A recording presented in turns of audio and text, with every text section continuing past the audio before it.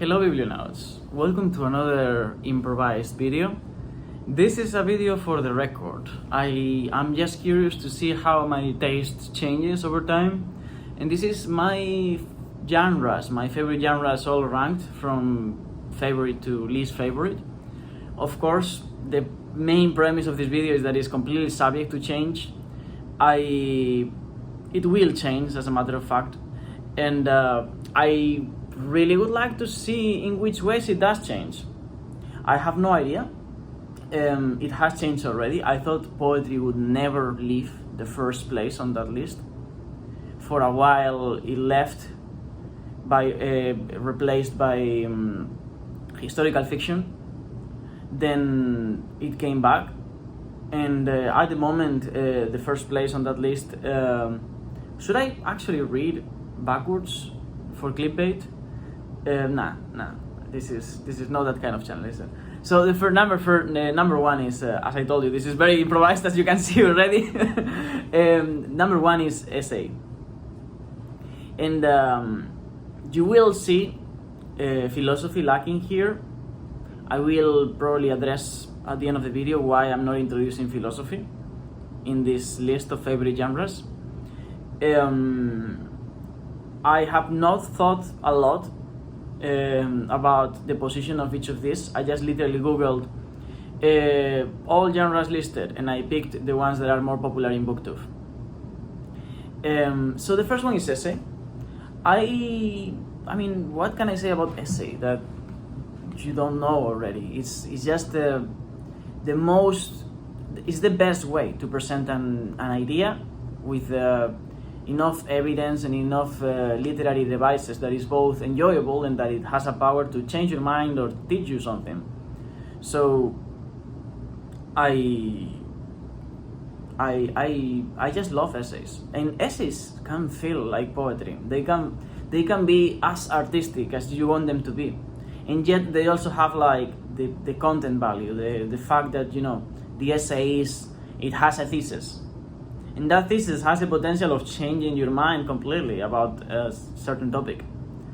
So yeah, should I try to mention an author for each of these genres? I mean, if I had to choose an essay writer, I'd choose Orwell, just because I've read more of his essays than anyone else's. I've been also reading a lot Hazlitt lately, and I've read some Virginia Woolf. Those three are sort of like at the top of my list at the moment. Probably, if I thought more, I'd probably come up with different authors. So don't take that for a final statement on the subject. Maybe at some point I'll go genre by genre, make a video for each genre with my favorite, with one of my favorite authors for that genre or something like that, when I have read a bit more, because some of these genres I am really lacking on yeah. The second one is still poetry. Poetry is always gonna be up there. Poetry also has the potential of feeling like an essay, and in the sense of like telling you something, but it touches so much more heavily on the artistic aspect, the melodic aspect of it. Poetry can be heard and read, and actually just remember that I haven't written plays. A play would be another genre that I'll see where I can put it, but definitely poetry has been with me. I've read more poetry than every other genre together. I've read more pages in poetry than every other genre together. For a good couple of years of my life, I read a poetry book every day of the week, of the month, of the year. Mainly, when I was interested in poetry, I mainly was Spanish authors and anything that I could find in the Spanish market. And for a long time, it was just new releases. So I still, you know, for me, many of the main names in the English cosmos of poetry are new, and I am looking forward to check them out.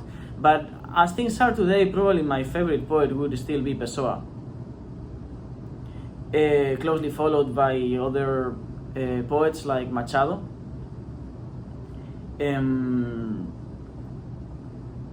Shelley's He's been a favorite poet of mine for a while as well. Byron used to be my favorite poet. I think I'd stick with Pessoa, just because he's the only poet that, if I had to make a top 10, he would have, of favorite poems, he would have more than one poem in that top.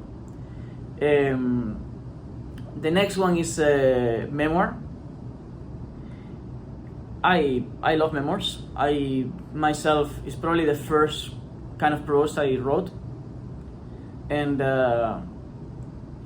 before anyone tells me that I'm too young to be writing a memoir, again, as I often get that, I'd say that, time is quite relative. You can live a whole life and have the amount of experience of an 11-year-old. I come across people like that every day, and vice versa.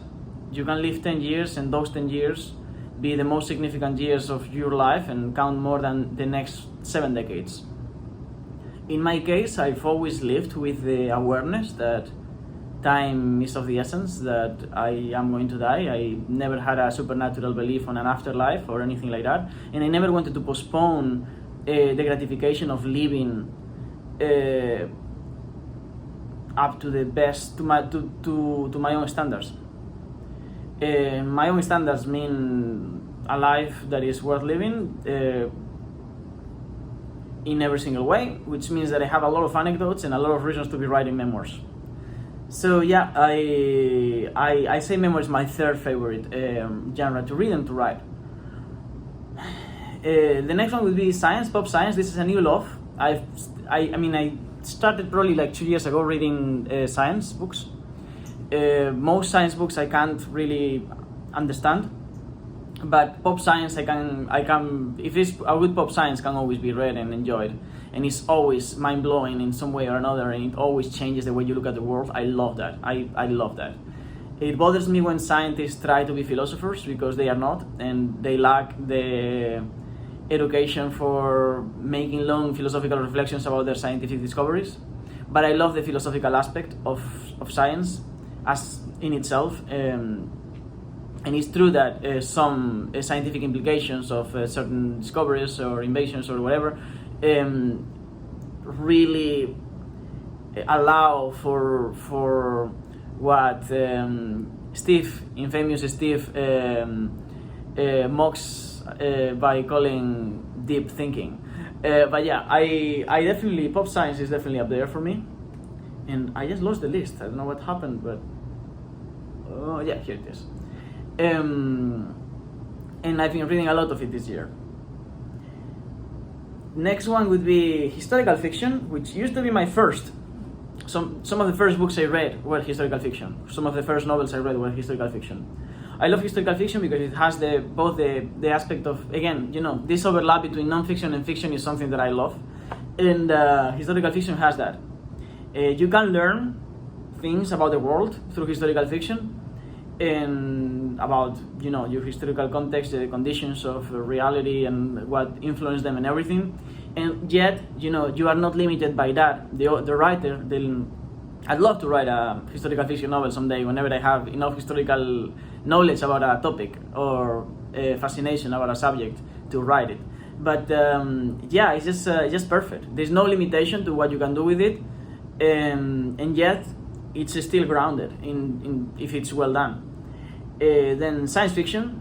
Science fiction is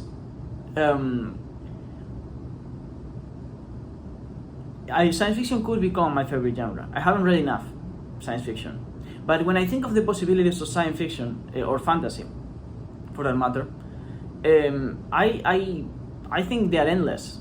I am amazed in the filmic world. I am amazed that not more has been done with it, because some of my favorite films are sci-fi, but I feel like I just think you cannot go any further than that.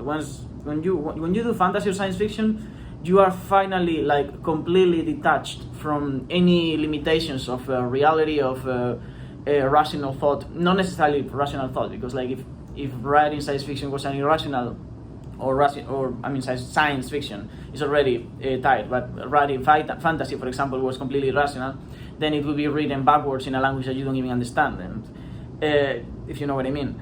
There's not such a thing as a lie.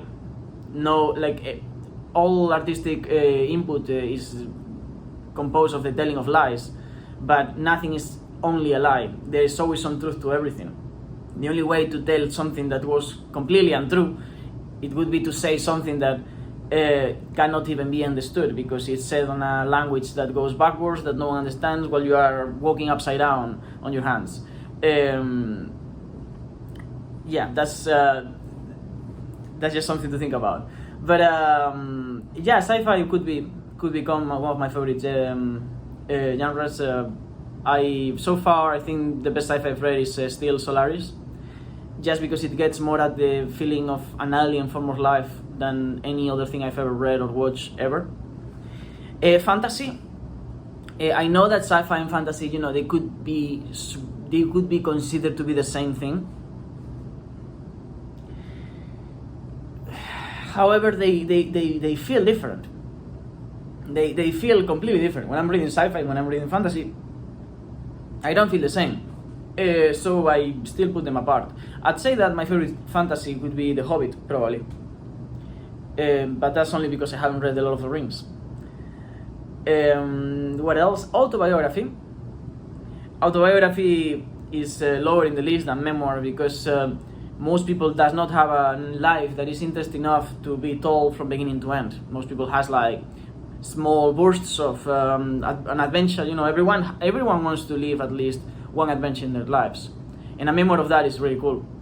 But autobiography that goes from the day you were born to the day you died exhaustively, it might be interesting in some figures, but generally it's a recipe for boredom and lots of lies as well, because most people also lack the introspection and the honesty to tell the truth about themselves. So that's over there, and I put right after it biography.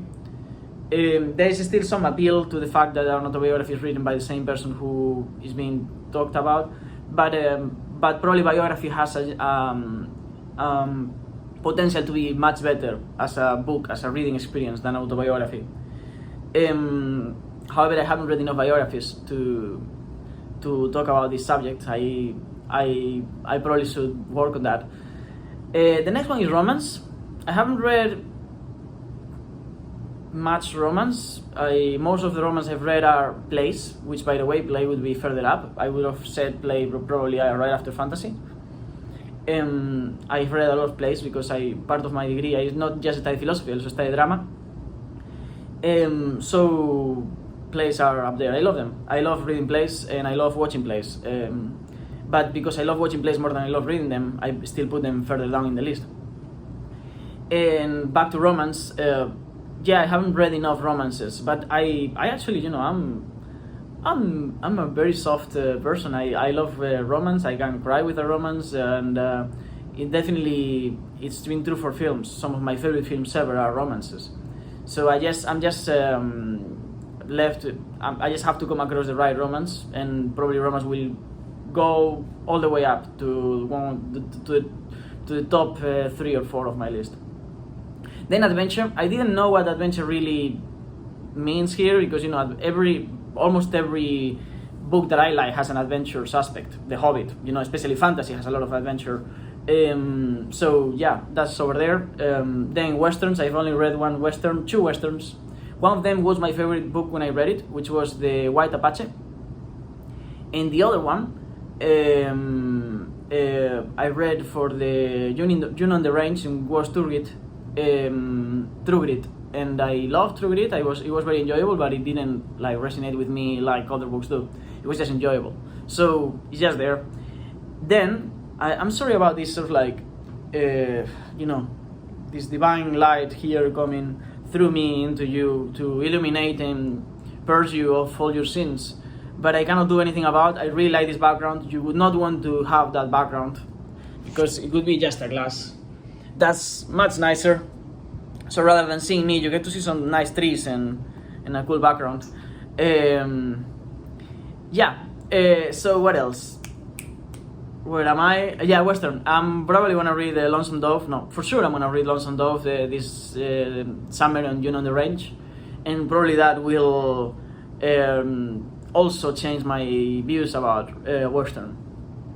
Then mystery, I haven't read much mystery. I read, how you call it, Scarlet Study from Holmes, Sherlock Holmes. There's some mystery to certain books that I've read, but none of them really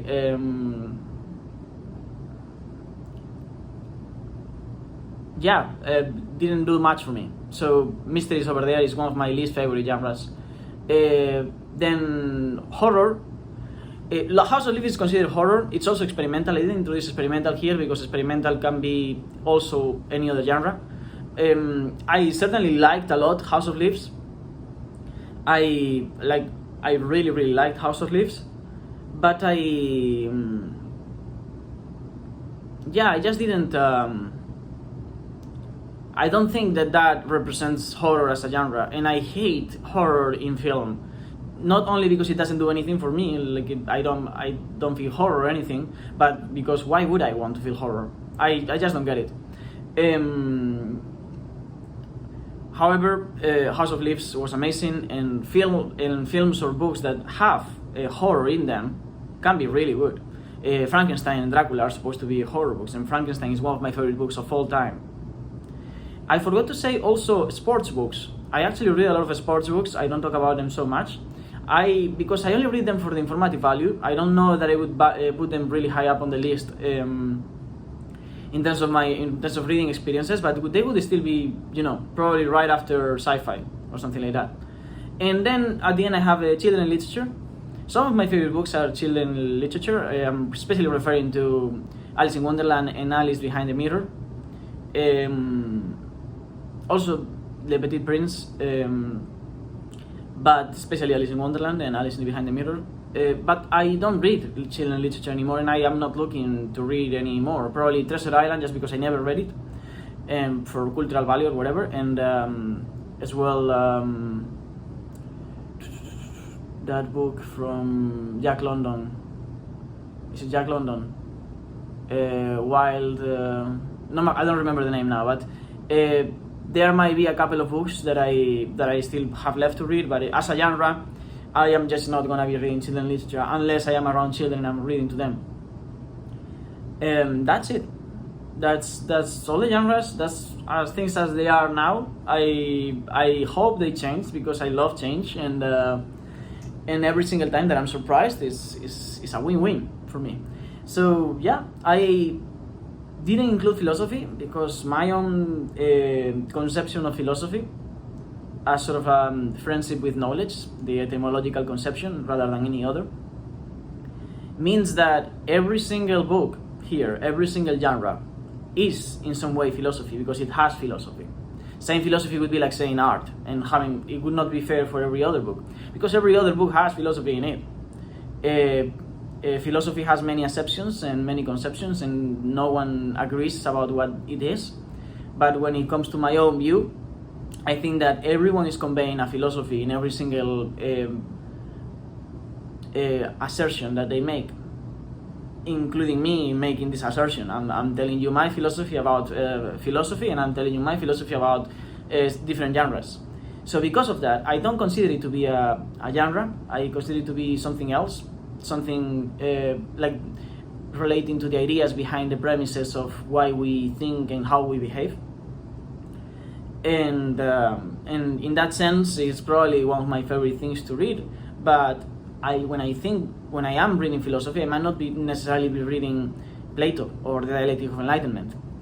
I can be reading A Room of One's Own and tell you this is philosophy because it's conveying a philosophy.